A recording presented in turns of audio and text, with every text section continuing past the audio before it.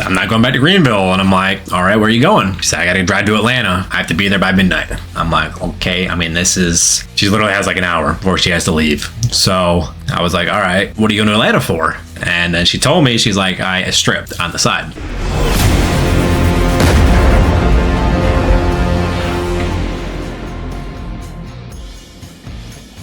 If you're here for bodybuilding content on this video, just click off right now, because this is more for the brain rot degens that want to hear a personal story that's a little bit off the rails. So how do I know that the strippers in Atlanta are good in bed?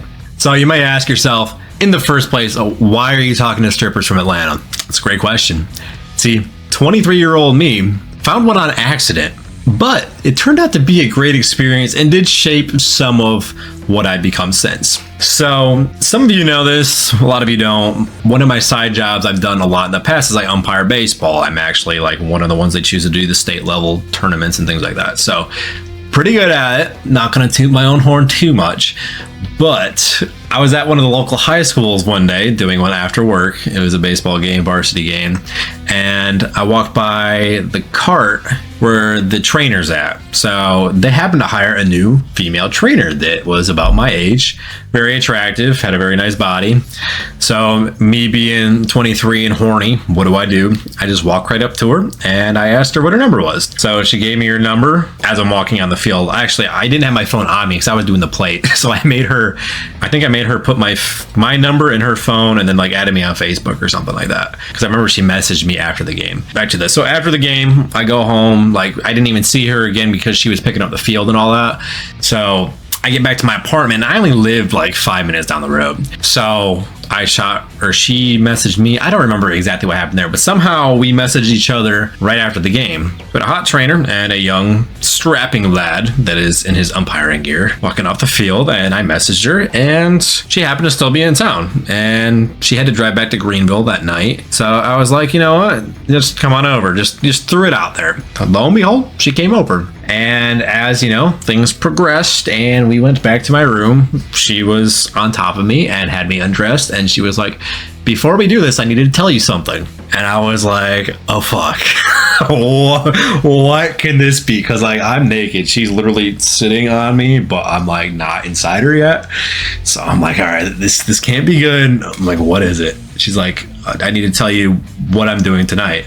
I'm like, okay, what are you doing tonight?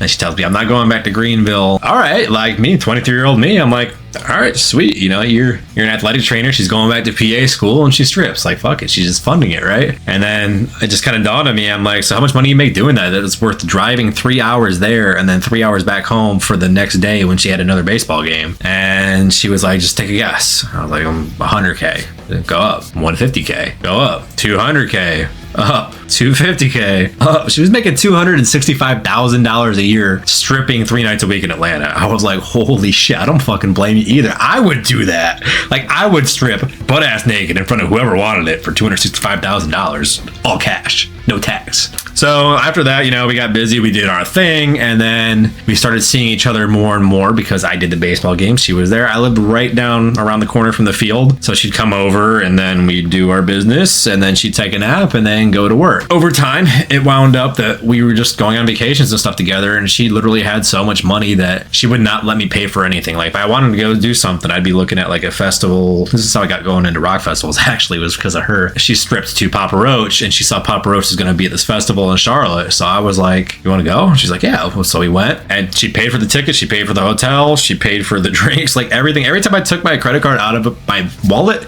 she'd slap it out of my hand. She's like, you're not paying for anything. I'm like, okay, like whatever. Like as a 23-year-old, you're like, all right, well, that's fucking awesome. Let's just roll with it. And it was like that for the 7-8 months we were together. Every time we went on vacation, she paid for everything. My birthday, I remember my birthday is in June. We went to Atlanta, and this is where it kind of came full circle. She's like, what do you want to do for your birthday? I was like, well, I've never been to Atlanta. Like, why don't we go there? You obviously know your way around. And, you know, I guess you could show us the clubs you work at because I've never been there. And my grandma told me when I moved down south, she's like, I want to hear how the strippers in Atlanta are. She just passed away this past year, but that was like the one thing I could bring home to her was let her know how the strippers in Atlanta were. But she told me, you can't tell your mom I asked you that.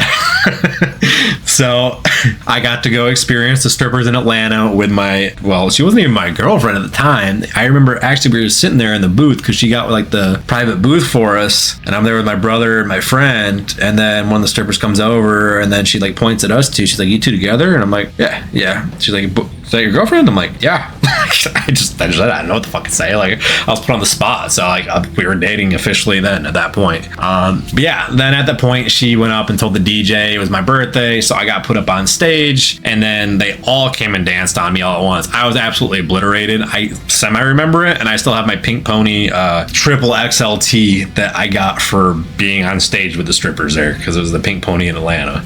So anybody who's been there before, drop a comment down below, let us know how your experience was in Atlanta. So that, eventually she was absolutely reckless. I'm like, dude, I can't like do this anymore. Like, I was over it. She like insurance fraud, everything. Like, it was like every reckless like financial decision you could make. She just did it because she had all kinds of cash. And I'm like, this is not gonna end up well in the end. And I was like, I don't feel comfortable taking all of these risks myself when I have a professional job. I just moved somewhere new, and I don't want to rely on you for income either. So it was kind of the end. We split, went our separate ways. But that is how I figured out how the strippers in Atlanta are actually pretty good in bed. And to be honest, there were some good performers in that pink pony too. I remember one girl, she went all the way up to the ceiling, upside down, then jumped off the pole and did a split, like landed like perfectly. And I was like, all right, that's pretty impressive. I can't do that. I'm like, you earned your tip on that one. So I can say, at least the strippers, even though there's a bit of a screw loose, they're not as crazy as the military girls. After 3 or 4 of those, like, you have done your time.